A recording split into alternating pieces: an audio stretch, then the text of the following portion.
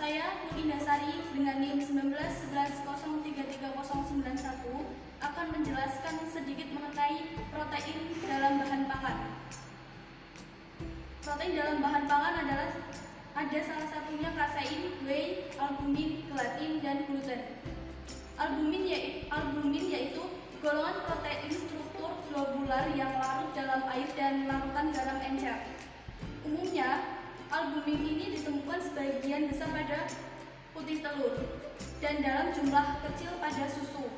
Beberapa jenis protein mayor yang ditemukan dalam albumin putih telur antara lain yang pertama, ovalbumin 54%. Ovalbumin ini merupakan penyusun utama dan penentu sifat fungsional dari putih telur.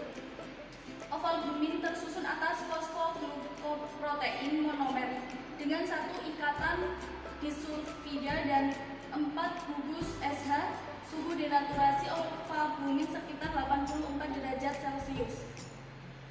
Albumin yang kedua yaitu konalbumin 12%. Konalbumin ini lebih sensitif terhadap panas dengan suhu denaturasi sekitar 63 derajat Celcius. Albumin yang ketiga yaitu ovomucin 17%, ovomucin 11%, dan ovomucin 3,4%.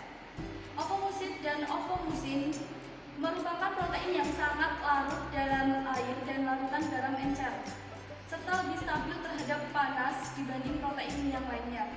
Selanjutnya untuk albumin yang keempat dan lima yaitu ada lizozin 3,4% dan globulin 8%. Albumin ini memiliki fleksibilitas yang tinggi serta memperkuat interaksi antar bahan seperti dalam pembuatan roti.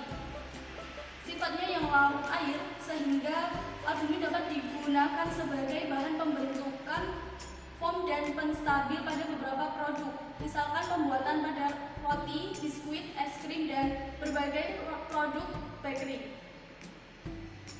Yang kedua yaitu gelatin. Gelatin ini merupakan protein larut air yang diperoleh dari kolagen yang dihidrolisis parsial menggunakan asam atau basa.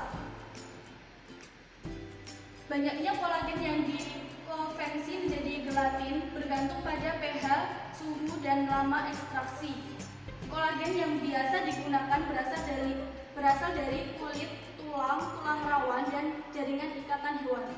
Secara umum, gelatin ini terdiri dari tipe A dan tipe B. Gelatin tipe A yaitu hasil konversi kolagen menggunakan asam. Gelatin tipe A ini memiliki titik isoelektrik pada kisaran pH 8-9. Gelatin tipe A yang memiliki titik isoelektrik yang cenderung basa baik digunakan sebagai bahan pengemulsi. Bahan pangan umumnya memiliki sifat netral hingga asam sehingga gelatin A ini tidak mudah mengalami penggumpalan jika diaplikasikan sebagai emulsifier. Selanjutnya gelatin tipe B. Gelatin tipe B ini adalah hasil konversi dari kolagen menggunakan basa. Titik isoelektrik pada kisaran 1-4. Titik isoelektrik pada kisaran pH 1-4. Gelatin tipe B ini dengan titik isoelektrik yang cenderung asam lebih tepat digunakan sebagai bahan penstabil. Pada bahan pangan yang cenderung asam, gelatin tipe B ini dapat berperan dalam menstabilkan bahan pangan melalui peningkatan viskositas fase kontinu. Gelatin banyak dimanfaatkan dalam produk pangan sebagai bahan penstabil. Sifat gelatin yang larut dalam air dan kapasitas penyerapan air yang tinggi memberikan karakteristik yang khas pada produk pangan. Yang selanjutnya yaitu gluten. Gluten ini didefinisikan sebagai suatu residu yang elastis dari adonan gandum yang diekstrak menggunakan air untuk memisahkan granula pati dan bahan-bahan yang larut dalam air.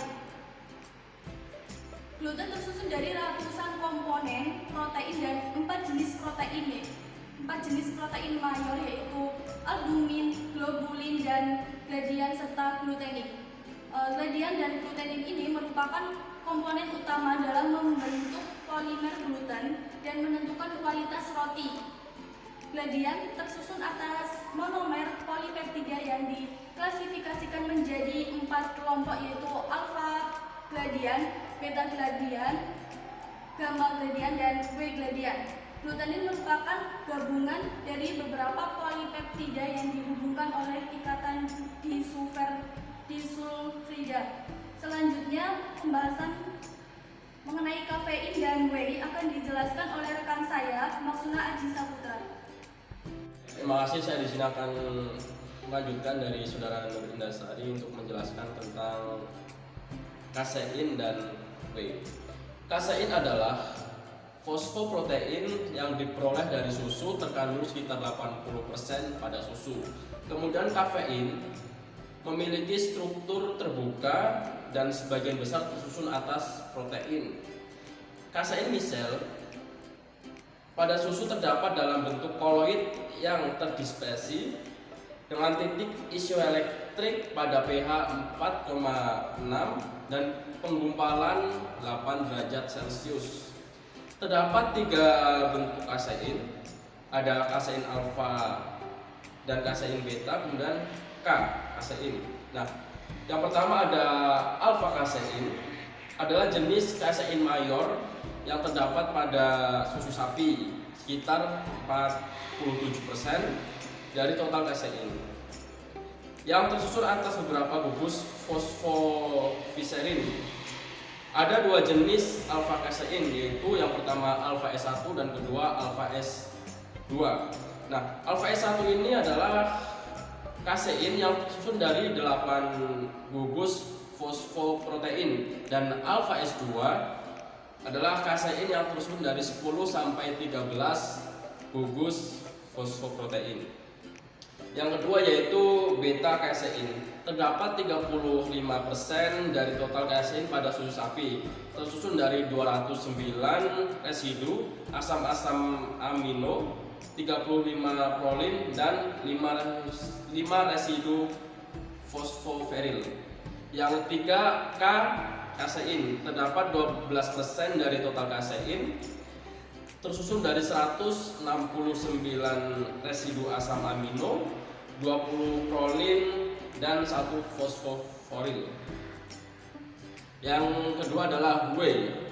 Whey adalah protein penyusun susu bersama dengan kasein sebanyak 20% dari total protein pada susu.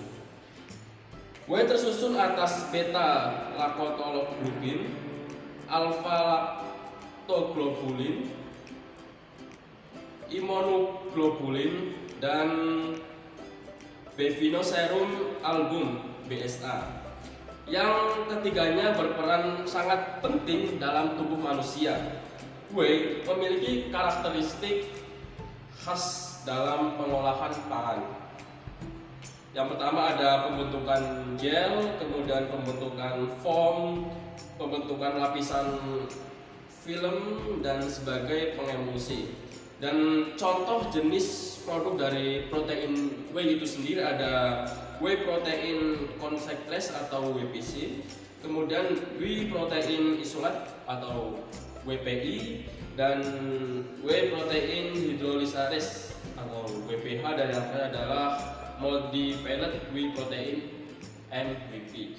Nah, sekian presentasi dari kelompok kami, kelompok 6. Semoga bisa diterima dengan baik. Apabila terdapat kesalahan, kami mohon maaf.